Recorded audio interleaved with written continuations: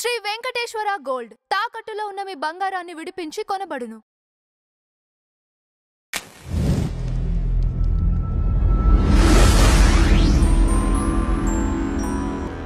నమస్తే, welcome to our channel. ఈరోజు వచ్చేసి మన ముందు సినీ విశ్లేషకులు త్రిపురనేని చిట్టిబాబు గారు ఉన్నారు. ఆయనతో మనం మాట్లాడదాం. నమస్తే సార్.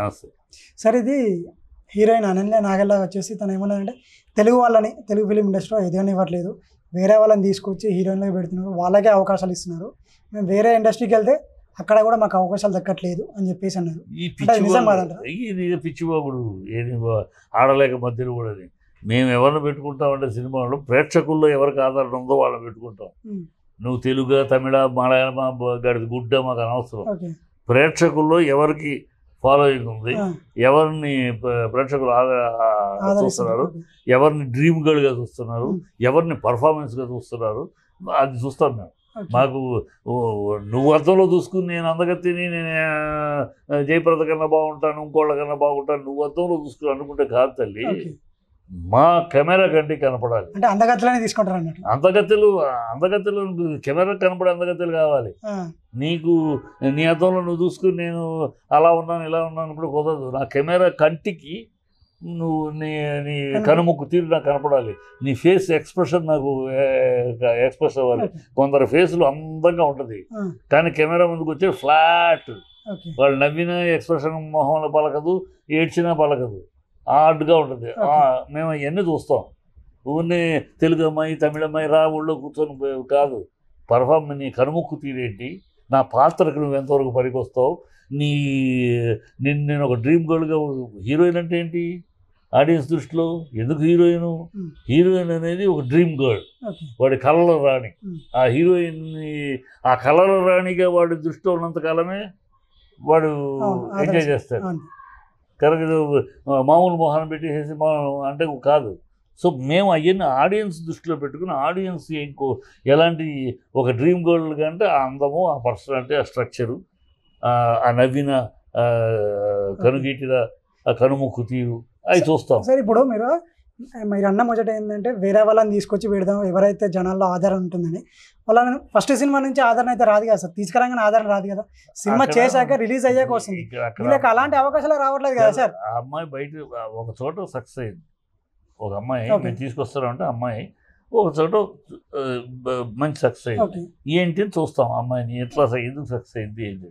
అందరూ సక్సెస్ అయితే అందరూ హీరోలు వస్తున్నారు, రావట్లేదు.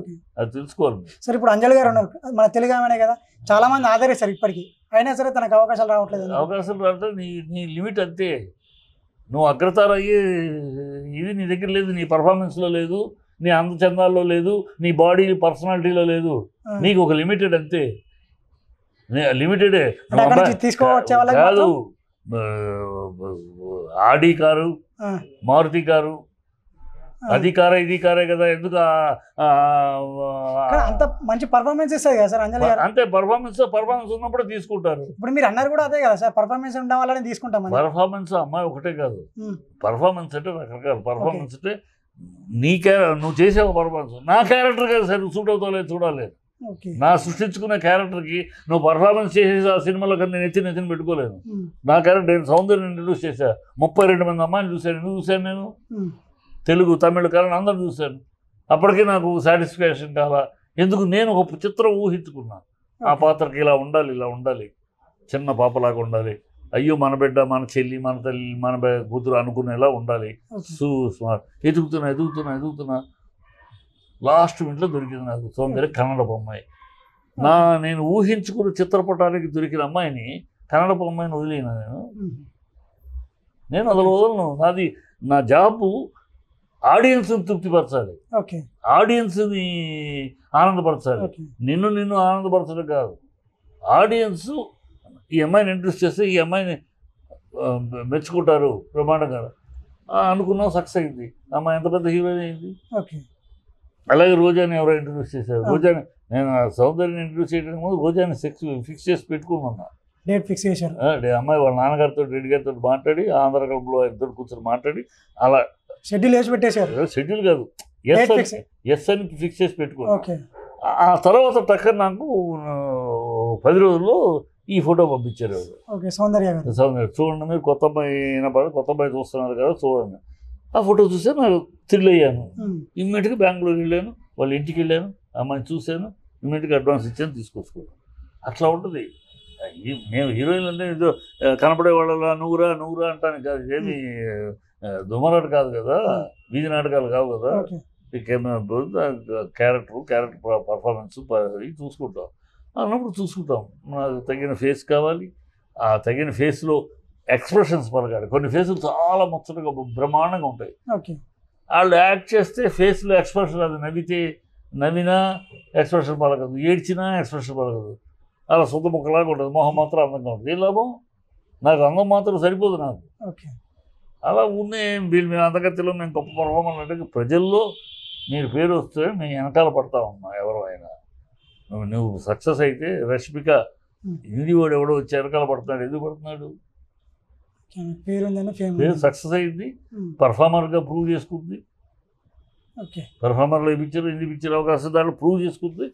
ఇవాళ she after everybody after her. అది ఇండియన్ క్రష్ అయ్యింది.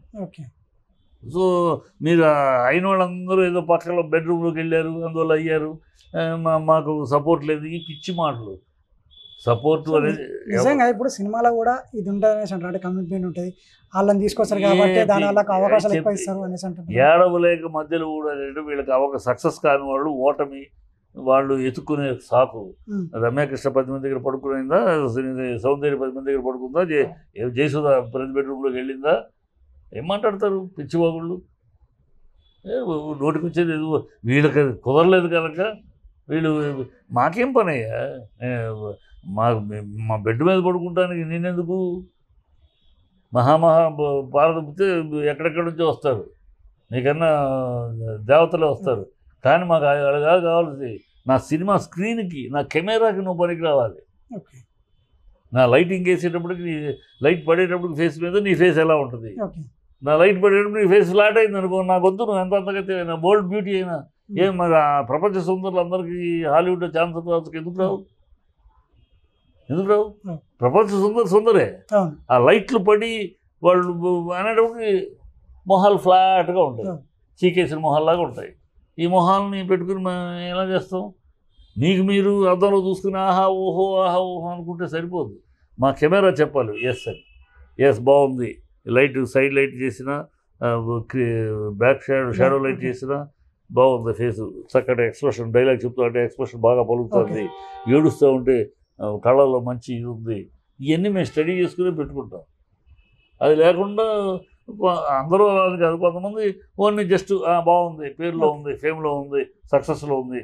సక్సెస్ అది సెంటిమెంట్ ఉంటుంది. హీరోయిన్ సక్సెస్ అయింది అనుకో, ఇమీడియట్గా అమ్మాయిని పెట్టేసుకుంటాం. కొన్ని ఉన్నారు ఆ సక్సెస్ సెంటిమెంట్.